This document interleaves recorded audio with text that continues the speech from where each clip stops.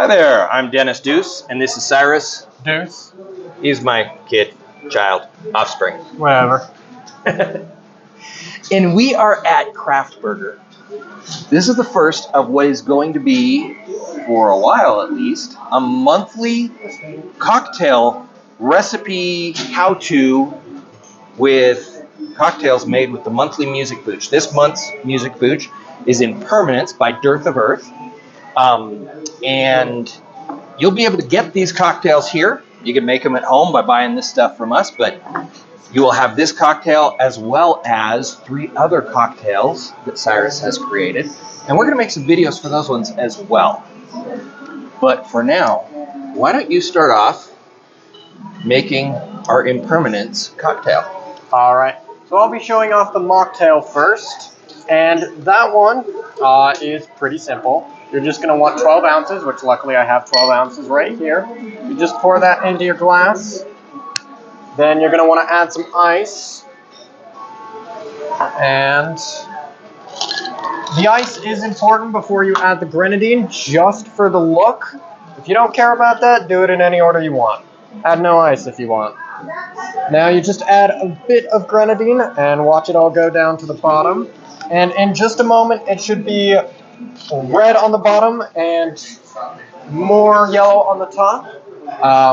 Or you can mix it up like this one we got here. That's going to be the mocktail version. Nice and easy. Then we have the cocktail version. That one's going to be very similar. You're going to want 11 ounces of the cocktail. And so we're just going to go ahead and pour that here. And the name of this cocktail is going to be Persephone's Kiss. Now, we're going to get into one of the fun parts of every one of these videos. I can guarantee you it's always going to be fun. But that is the name. Cyrus spends as much time creating the recipe and testing it with coworkers as he does thinking up these names.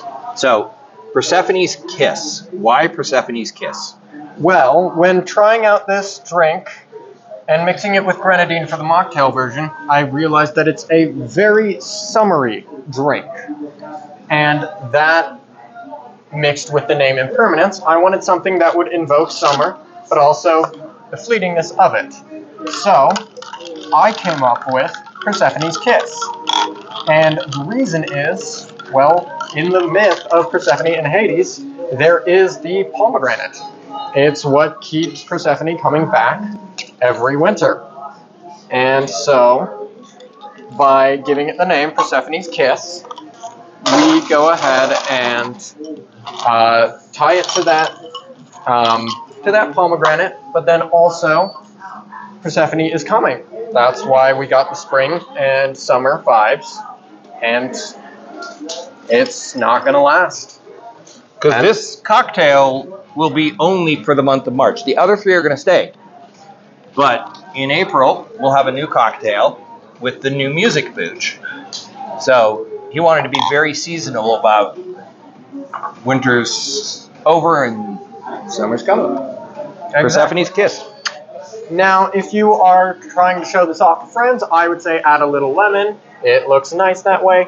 Also, it's already a very lemon-based drink. Adding a little bit more, just add the sour if that's what you want. Now, for this final cocktail, we're basing it off of one of my favorite cocktails of all time, and that is going to be the Scofflaw. It's a Prohibition-era drink.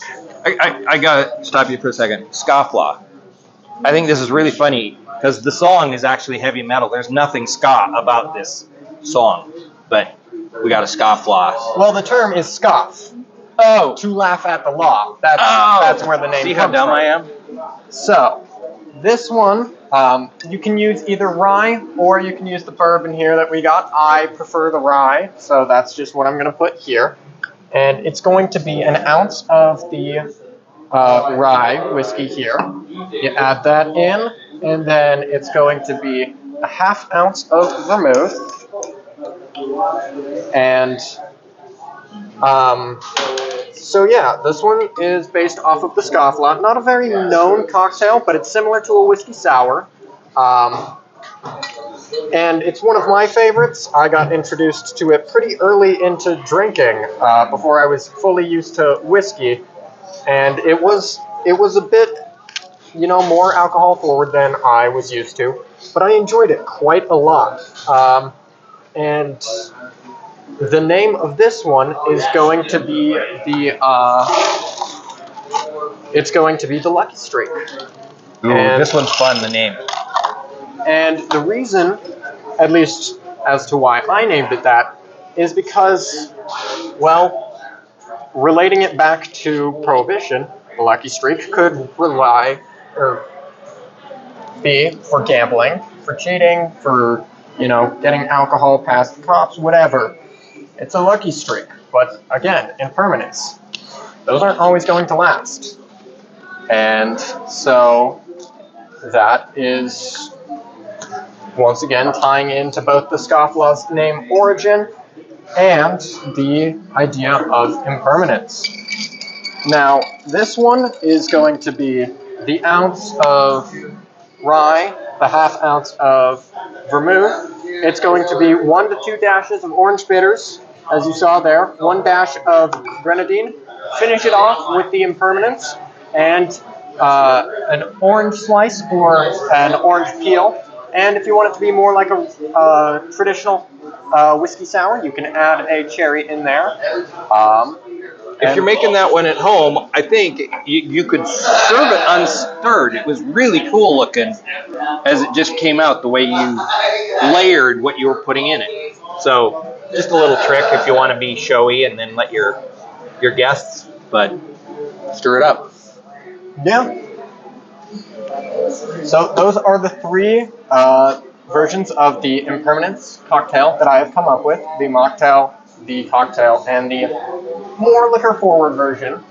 And the mocktails will also be available at our concert on the 30th, where we will be doing the release and graduation party, March 30th at the Boiler Room at SunTea. We'll have the mocktails available. Of course, we're a kombucha dry bar, so the cocktails, gotta come here. It's the place to get them. These are the guys that stepped up and are working with us, so come support local as local supports local right here at Craft Burger.